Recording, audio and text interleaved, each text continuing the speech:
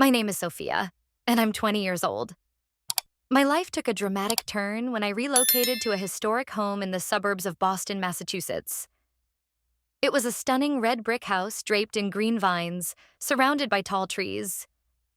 Truthfully, the move wasn't part of any plan.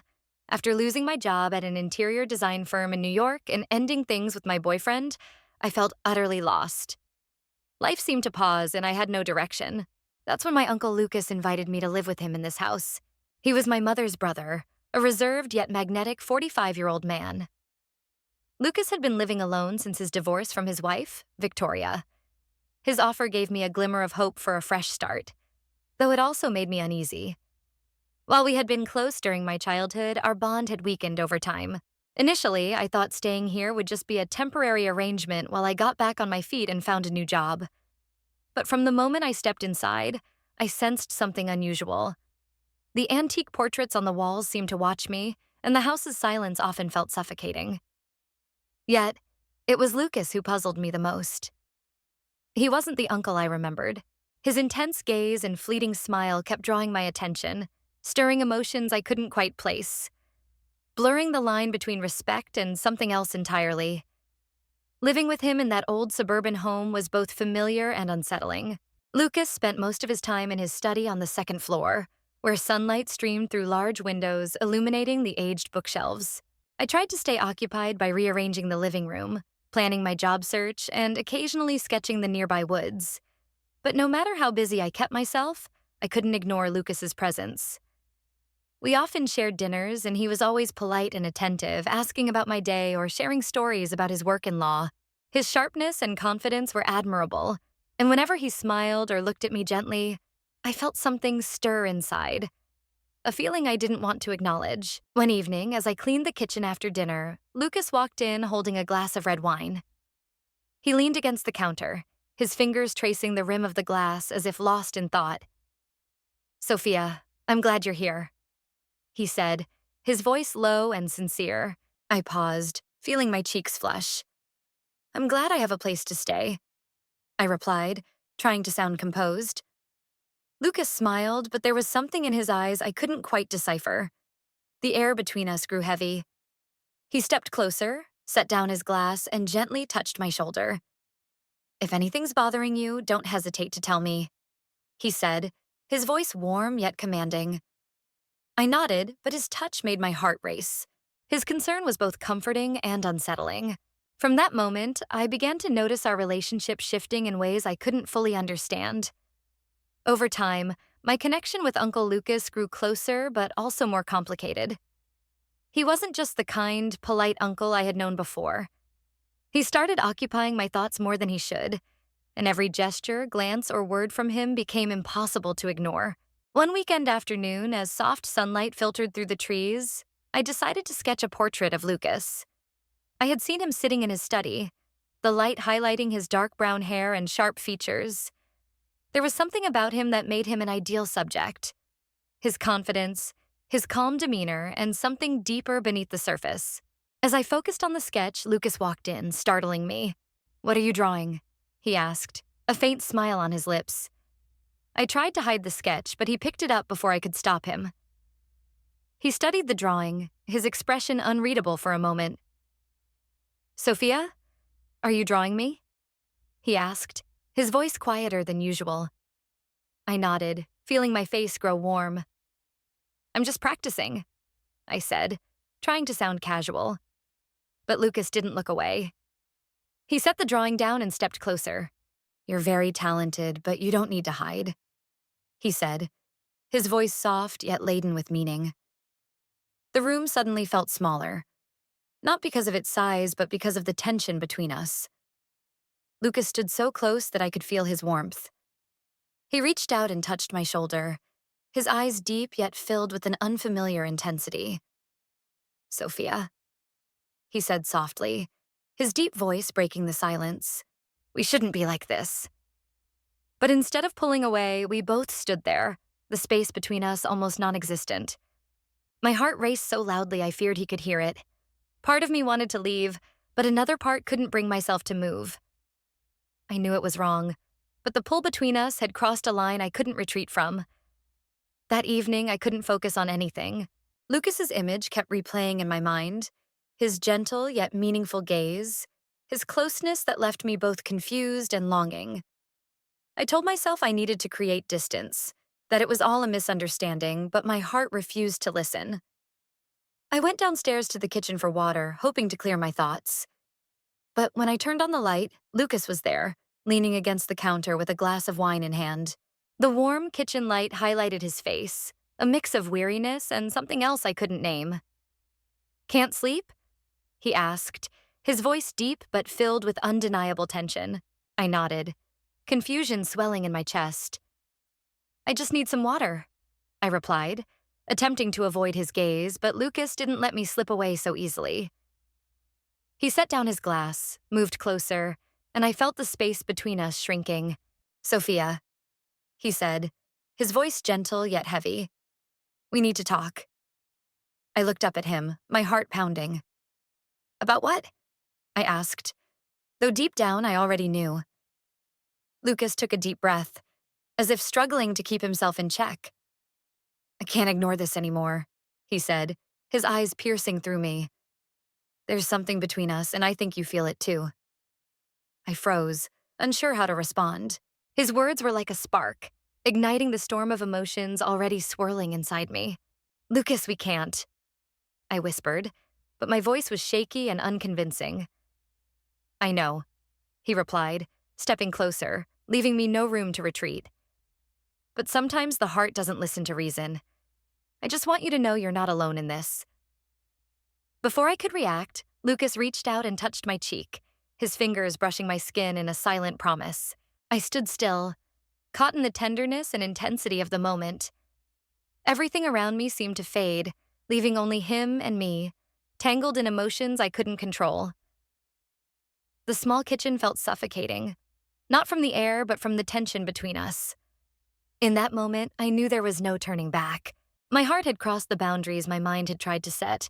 Lucas stood there, his eyes like a storm, pulling me into a whirlpool of emotions I couldn't escape.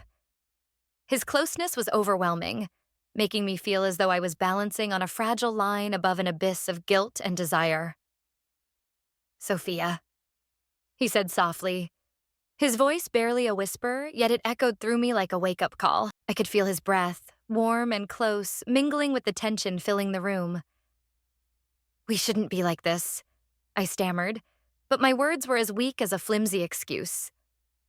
Lucas took another step, closing the distance between us almost entirely. "But we're here, Sophia," he said, his eyes locked on mine as if he could see everything I was trying to hide. I tried, but this feeling, it's beyond my control. I swallowed, my heart pounding so hard it felt like it might burst. His hand rested gently on mine, a simple touch that ignited whatever rationality I had left. "I don't want to hurt you," he said, his voice strained, as if he were fighting with himself. "But I can't ignore what I feel." I closed my eyes, trying to regain control, but everything inside me betrayed me. I couldn't deny how he made me feel. Seen, wanted, loved. Things I'd never experienced before. "Lucas, I don't know what to do," I whispered, my lips trembling as I looked at him.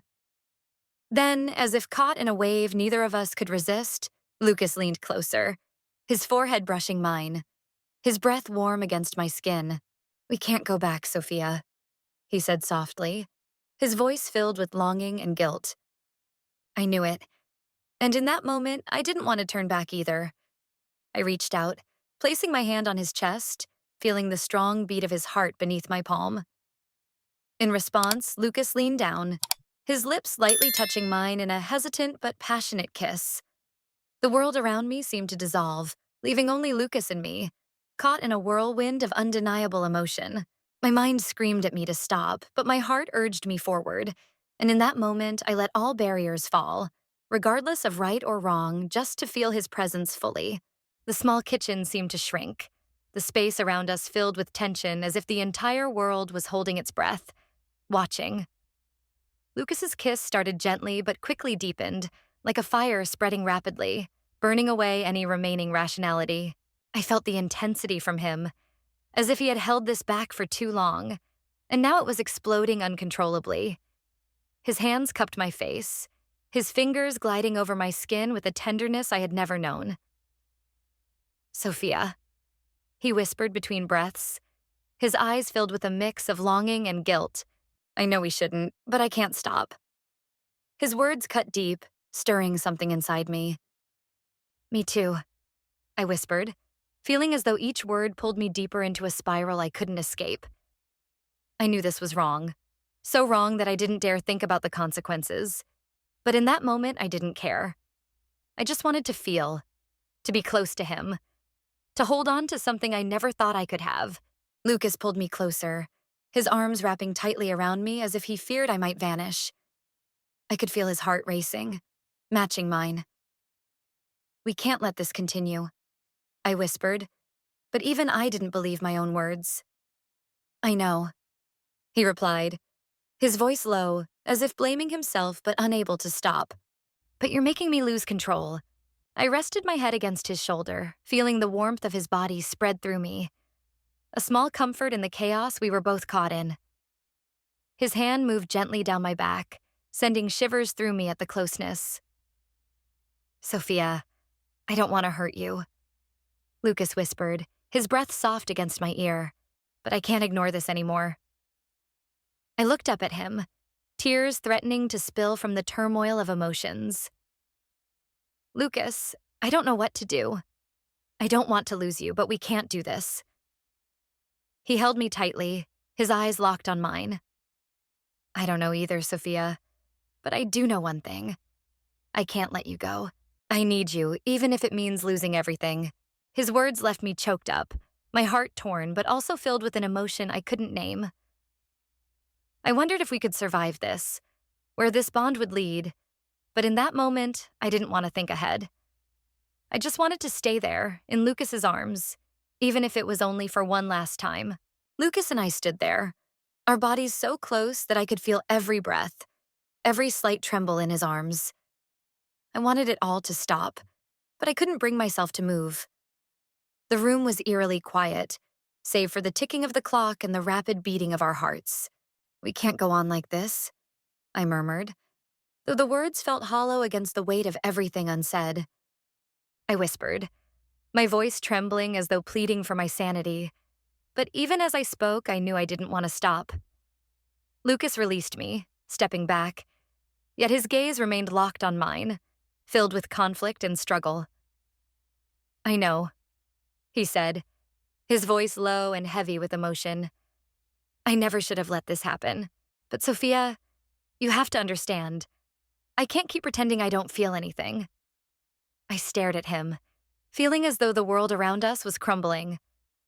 "Lucas, I don't know what to do either," I admitted, tears beginning to stream down my face.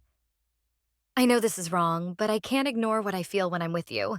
He moved closer again, his eyes now filled with determination. "Sophia, if you want me to leave, I will. If you tell me this was just a mistake, I'll respect that. But if you feel the same way I do, then we can't keep pretending." I hesitated, his words striking my fragile mind. I didn't know how to respond because everything inside me was torn between responsibility, guilt, and desire. Yet deep down, I knew the truth. "I don't want you to leave," I whispered, my eyes meeting his, revealing a truth I couldn't conceal. "But I don't know what to do about all this." Lucas lowered his head, as if my words carried a heavy weight. "We'll figure it out," he said, his voice gentle but steady. "No matter what, I don't want to lose you." His words felt like both a promise and a curse, because we both knew the path ahead wouldn't be easy. Yet, in that moment, amidst the chaos and overwhelming emotions, I knew I didn't want to let him go. Not now, and perhaps never. In the days that followed, Lucas and I found ourselves trapped in a cycle of confusion and undefined feelings. We tried to keep our distance, but every effort was futile. Each time our eyes met, each time we accidentally crossed paths in the small house, the tension between us only grew stronger. I felt torn between two worlds, one of duty and the other of undeniable longing. Victoria, with her keen intuition, seemed to sense that something had shifted. One evening, as I walked along the tree lined path near the house, I heard her voice behind me. Sophia, she called. I turned to see her approaching, her pale blonde hair swaying in the breeze. Sophia, she said, her tone calm but laced with curiosity. We need to talk. My heart sank, guilt twisting in my chest. About what, Victoria? I asked, trying to keep my voice steady, though the tremor betrayed me. She stepped closer, her sharp gaze piercing mine, not angry but probing. I know what's going on, she said softly, each word cutting through me. Sophia, is there something between you and Lucas? My legs felt rooted to the ground, my throat tightening as I struggled to find the words to deny it. Instead, I could only whisper, my voice filled with helplessness. Victoria, I don't know what to say. I don't want this to happen, but I don't know how to stop it. Victoria sighed, her eyes softening with a deep sadness. Sophia, I'm not angry, but you need to understand that sometimes in life we have to face things we can't control. It's important to confront them instead of living in constant conflict. Her words hit me like a wake-up call, making me realize I couldn't keep avoiding the truth. My intense feelings for Lucas couldn't justify the lie I was carrying. After saying this, Victoria walked away, leaving me standing silently on the cobblestone path as darkness began to fall. Her words echoed in my mind, a reminder that it was time to make a choice, no matter how hard it would be. That evening, Lucas and I sat across from each other on the porch, the pale moonlight casting a soft glow over us. Lucas, I began, my voice firmer than ever. We can't keep going like this. It's hurting too many people, and neither of us deserves to live in torment. He looked at me, his eyes filled with pain but also acceptance. I know, he said, his voice fading, but I don't know how to let you go. I placed my hand on his, feeling the tremble in his palm. Lucas, the only thing we can do is let go. We have to move on, for ourselves and for Victoria. A tear rolled down my cheek, but I managed a soft smile. You've always been an important part of my life, Lucas, but now it's time for us to go our separate ways. Lucas squeezed my hand, his eyes pained yet relieved. Sophia, you're the most special person I've ever met. I'll always cherish what we shared. We sat there in silence, watching the moon's reflection ripple across the lake in front of the house. Neither of us spoke another word. It was our final moment together. A farewell without words, just a quiet understanding. As I walked back into the house, I knew that although it was painful, this was the best way for us to move forward, both for ourselves and for the people we loved.